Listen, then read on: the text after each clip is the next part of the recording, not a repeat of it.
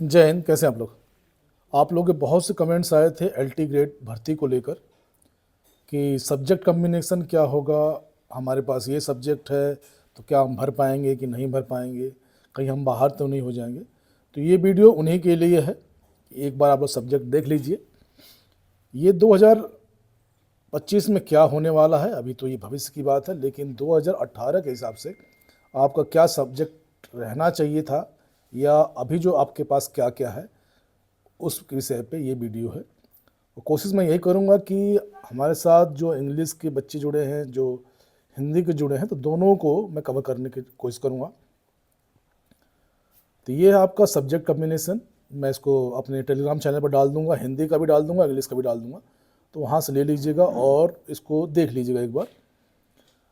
आज मैं कवर करता हूँ आपको subject wise, Hindi, English, math में क्या चाहिए आपको असिस्टेंट साइंस के लिए, फिर सोशल साइंस के लिए और कंप्यूटर के लिए, ठीक है इस पे, और आपका उर्दू, बायोलॉजी और संस्कृत, आर्ट और music, commerce, physical education, home science और एग्रीकल्चर कवर करेंगे। ठीक है कि क्या क्या चाहिए आपको। हिंदी भी कवर करूँगा, इंग्लिश भी कवर करेंगे, ठीक है, क्योंकि दोनों मैंने फॉर्म डाउनलोड किए हैं।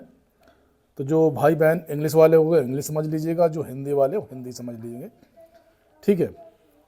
चलिए देखते हैं क्या है। Bachelor degree with Hindi as a subject from में recognise university in India and intermediate with Sanskrit, intermediate with Sanskrit subject as equivalent examination with Sanskrit BEd equivalent degree from the recognise university India, ठीक है।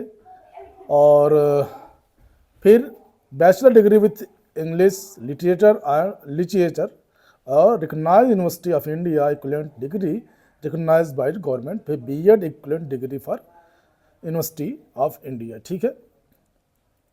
ये आपका इंग्लिश वालों को चाहिए, ठीक है। लिटरेचर चाहिए आप लोगों को, और साहित्यिक जिसको बोलते हैं। फिर bachelor degree of mathematics subject as recognise university, BEd चाहिए सब में, ठीक है। ये आप लोग देख लीजिएगा। और फिर साइंस में bachelor degree with physics and chemistry subject from recognise university in India and, ठीक है, equivalent degree for government BEd degree recognise by university of India, ठीक है। ये है।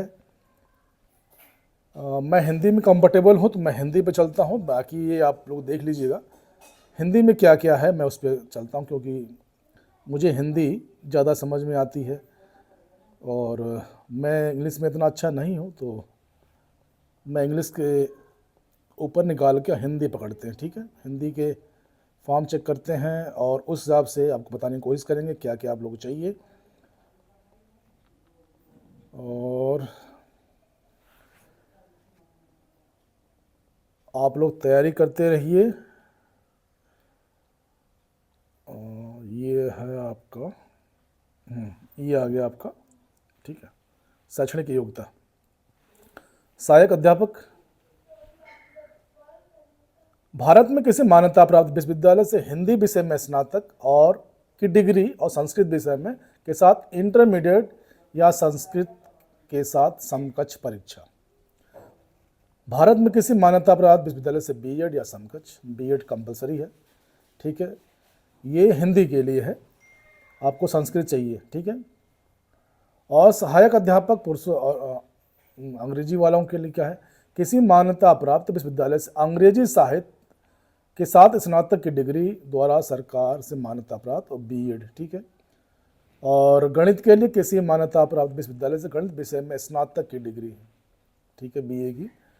फिर सहायक अध्यापक किसी भी मान्यता प्राप्त विश्वविद्यालय से भौतिक रसायन विज्ञान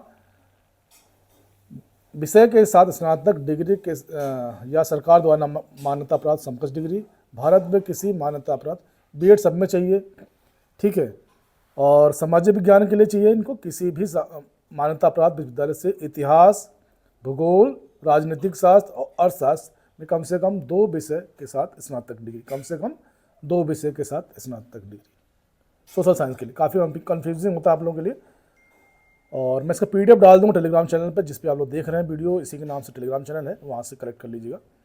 कंप्यूटर के लिए किसी मान्यता प्राप्त विश्वविद्यालय से BTech या BE कंप्यूटर या कंप्यूटर विज्ञान में MSc या कंप्यूटर एप्लीकेशन में MSc या कंप्यूटर एप्लीकेशन के साथ स्नातक डिग्री NIE LIT में A लेवल कोर्स, भारत में किसी मान्यता प्राप्त विश्वविद्यालय के लिए B.Ed भी चाहिए, लेकिन अभी क्या उम्मीद है, मुझे लग रहा है चेंज करेंगे कुछ ना कुछ ये लोग। और सहायक अध्यापक उर्दू के लिए किसी मान्यता प्राप्त विश्वविद्यालय से उर्दू विषय में स्नातक की डिग्री या सरकार द्वारा मान्यता प्राप्त विश्वविद्यालय के समकक्ष, ठीक है। तो भारत किसी मान्यता प्राप्त विश्वविद्यालय से B.Ed चाहिए।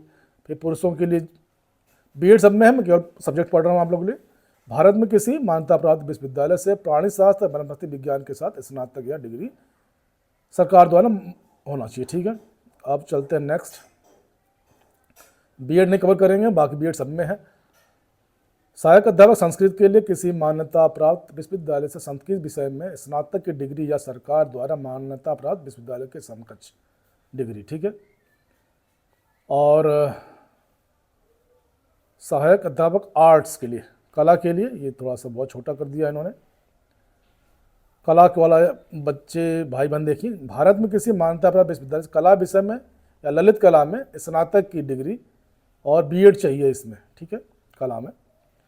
और संगीत के लिए किसी मान्यता प्राप्त विश्वविद्यालय संगीत विषय में स्नातक की डिग्री या भारत के किसी मान्यता प्राप्त विश्वविद्यालय से भारत खंड संगीत महाविद्यालय से संगीत विशारद का प्रयाग संगीत समिति इलाहाबाद से संगीत प्रभाकर के साथ डिग्री, ठीक है।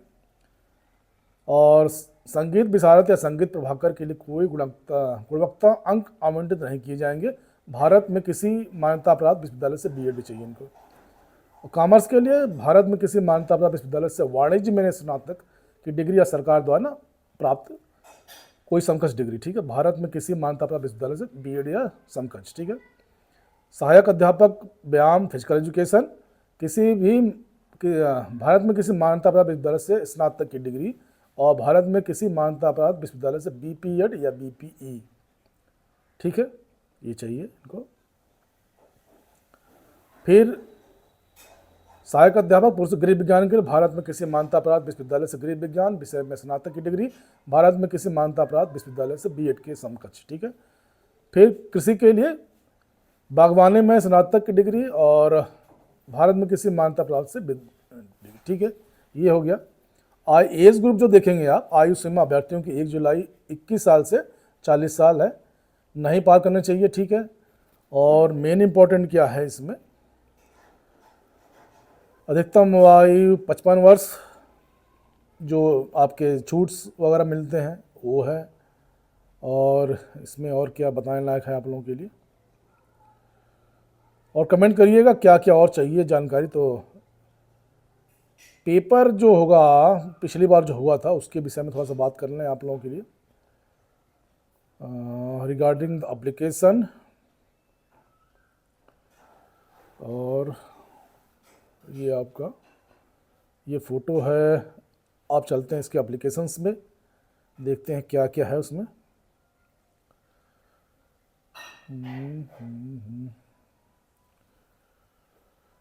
हाँ, ये है आपका, ठीक है। तो आप लोगों ने काफ़ी कमेंट्स किया था, तो इसकी फ़ीस मिनिमम फ़ीस है, फीस में कोई दम नहीं, जैसे TGT में 700-800 लगता है, इसमें बिल्कुल नहीं है, तो उसके लिए बिल्कुल परेशान मत होइएगा फ़ीस के लिए। और फीस बिल्कुल मिनिमम है।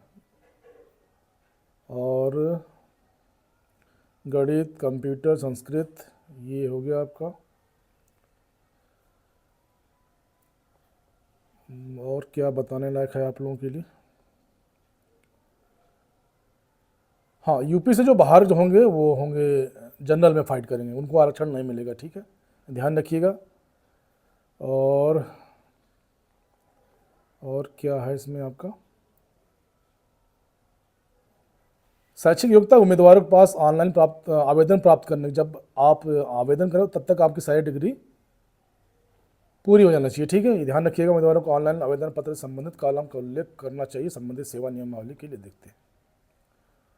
और क्या बचा इसमें,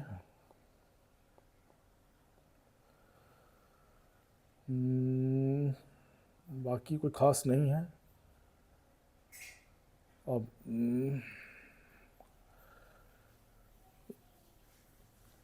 और देखें आप लोग इंग्लिश में क्या दिया है।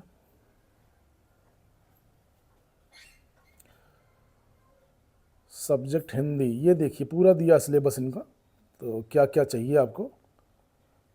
कंप्यूटर साइंस क्या क्या है, क्या कहाँ कहाँ से आपके सब्जेक्ट्स हैं, कहाँ कहाँ से क्वेश्चन पुटअप होंगे, ये सब दिया है, तो इसको एक बार देखिएगा आप लोग। और फिजिक्स देखें और क्या है आप लोगों के लिए इसमें।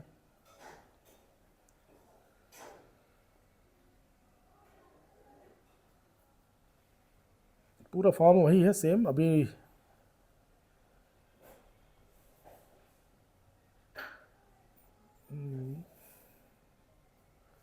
ये 2018 फॉर्म है, ठीक है, 2018 का फॉर्म है। ये फेस स्ट्रक्चर है। मिनिमम मार्किंग वर्किंग है क्या आपका इसमें, देखें।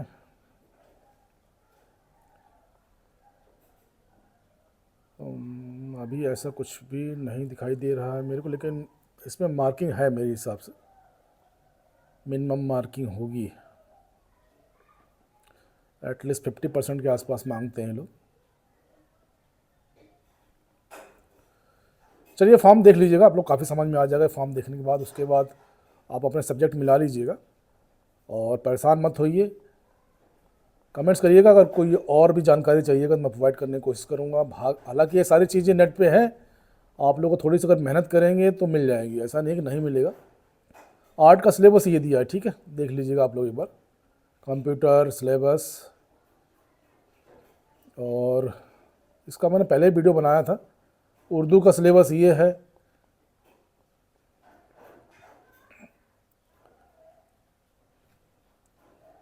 अपना अपना सिलेबस से एक बार देख लीजिए, सब्जेक्ट देख लीजिए क्या क्या आपका मैच कर रहा है, क्या क्या नहीं मैच कर रहा है, ठीक है। और इसको मैं टेलीग्राम चैनल में डाल दूँगा, वहाँ से करेक्ट कर लीजिएगा, पढ़ लीजिएगा। हिंदी इंग्लिश दोनों डालूंगा, दोनों भाषा आप देख लीजिएगा। तो इसके साथ ही जय हिंद, जय भारत, खुश विश्वास में मस्त रहिए। और वीडियो अच्छा लगा तो लाइक कर लीजिएगा, चैनल सब्सक्राइब कर लीजिएगा अगर ऐसा लग रहा है कि मेहनत हो रही है तो, ठीक है। आपके क्वेश्चन थे, उनका जवाब देना ज़रूरी था। Thank you all of you.